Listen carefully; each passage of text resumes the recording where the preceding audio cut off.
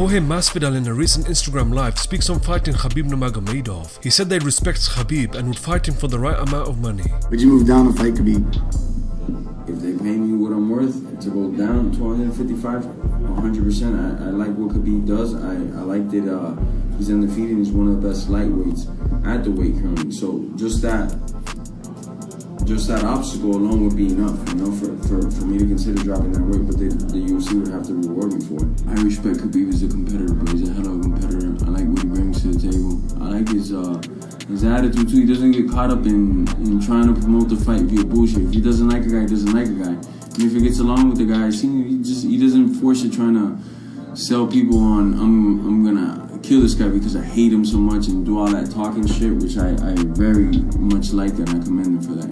And I like his fighting style because he's trying to finish people.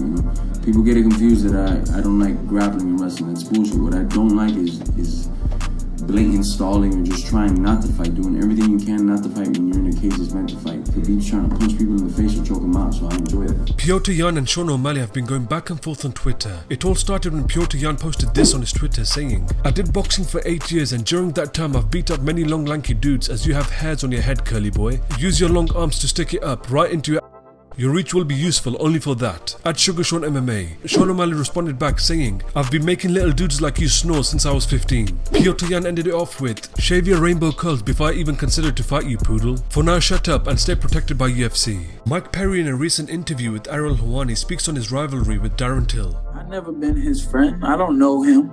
He don't know me. The whole world and the internet want to act like they know somebody, but they don't have no idea who they talking about until they walk up on them. I ain't taking no pictures with you bums. I don't trust none of y'all. Y'all can stay away from me. Keep my name out of your mouth. If you call my name out, you can go yourself. I don't want no fans. I don't want no friends. It's just me by myself, and my girl got my back. So, and she ain't got to do nothing. She ain't gonna have to lift a finger. It's all me. It's always been all me." Darren Till sent a message out to Mike Perry and posted this on his Twitter saying, "Listen at Platinum Perry, I know I've persecuted you these past few months, but I genuinely want you to win Saturday. Stop effing talking about me and focus on your fight, cause it's not going to be easy. Then after it you could come see me. I respect you as a fighter and a person. #focus. #RawDog.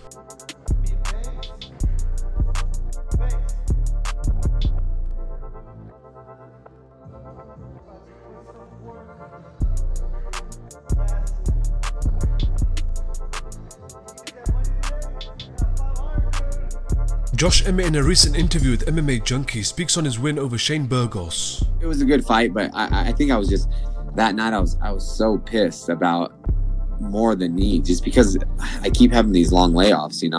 I was out 13 months. I came back, I won 2 fights, had the momentum going, and then I was out another almost 11 months. I won the other night, and then it turns out, I could be out another 9 months. I'm like, man, it's frustrating. I was so pissed about the knee. But I guess, my performance, it turned into be it was a good fight, but it wasn't what I wanted to do. I wanted to go out there and I was going to really show a different part of my game that I haven't showed to the fans and everything. But I felt like I went in there and kind of did the same thing that I always do, or they think I'm going to do.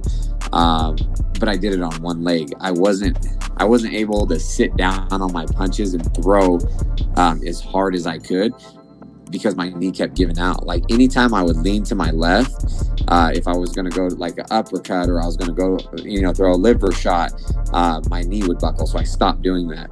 I couldn't really kick with my right leg because I would put all the pressure on my left leg and my knee would give out. I couldn't use my lateral movement like I typically do, or I couldn't implement any type of, takedowns and things like that. So I did just start kicking with my left leg because, that wasn't bothering me really at the time, and I could plant on the right leg. But people are like, oh, he took some hard shots, but I was not throwing those with 100% like power because I couldn't. So yeah, I'm happy with the win, of course, because this would have been that much worse if I lost and then I got this. But that's the first thing that went through my head as soon as my knee gave out. I was just like, man, I was like, I'm not going home with one check. Like, I'm going to, I have 14 and a half minutes left. I'm going to bite down on my mouthpiece and I'm going to fight this out, and I'll be happy with getting a win, even though I just had to make some adjustments and overcome adversity once again. But I did not get to, show my game or what I wanted to do. I just wanted to go out there and just completely outclass him and make it look easy. And since I got injured, it turned into quite the fight. But I'm happy with it. And that was the first time Dana White has ever seen me fight live. And I guess he was, jumping out of his chair and clapping his hands. And I knew once he saw me fight live, because it's completely different than seeing it on TV, I knew I'd make a fan out of him. And I think that I did that night. And he came up to me after the fight and congratulated me and all this stuff. So I was, I'm happy for that, because those are the type of fights that I know he likes to see, and the fans do too. But I still I think if I had two legs, I really don't think Shane gets out of the first or the second round. Maybe the first, I don't think he gets out of the second round, but he's a tough competitor, and that's exactly the fight that I was prepared for. And he's going to do super well in the future. He's already done really well in a short amount of time, but I have nothing but respect for him and his camp.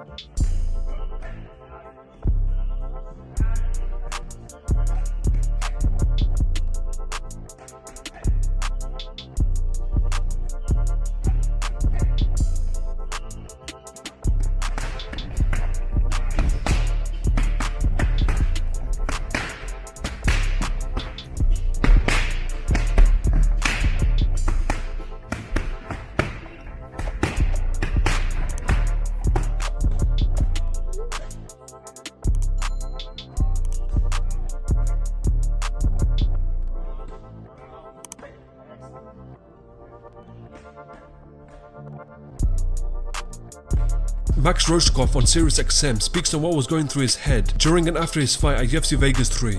I can't explain in words exactly how I felt, but the best I can do is I kind of after sitting and thinking about it, I felt like almost like punishing myself.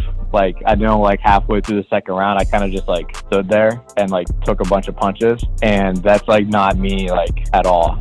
And I know it's a real fight, but I haven't, if you've ever seen me train, or anyone who's trained with me knows I'm not a guy that's gonna stand there and brawl and be stupid, and I'm very calculated on my feet and a little bit more slick. And for whatever reason, I just was all right, fuck this, I'm gonna stand here and just take this shit. And I don't know exactly what was going through my head, but right, just in a different place, right? Yeah.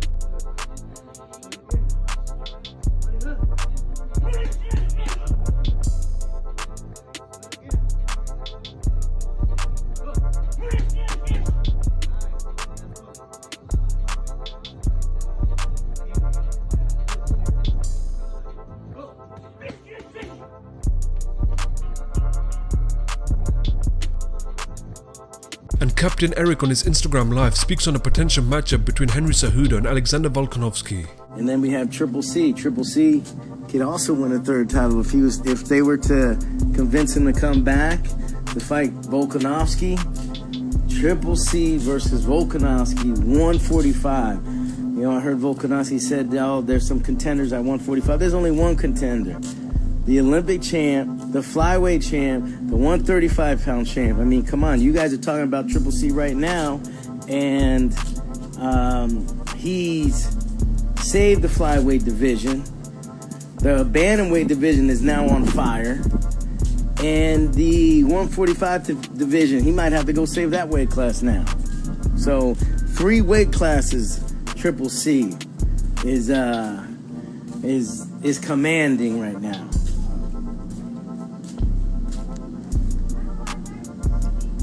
Yeah, if you saw his tweet, Henry's tweet, he said those guys, I think it was Burgos and Josh Bennett, he said he loved, he complimented on what he was watching. He goes, congratulations, great fight in my weight class, 145. So, if I was Volkanovski, somebody said that, I'd want to defend my throne.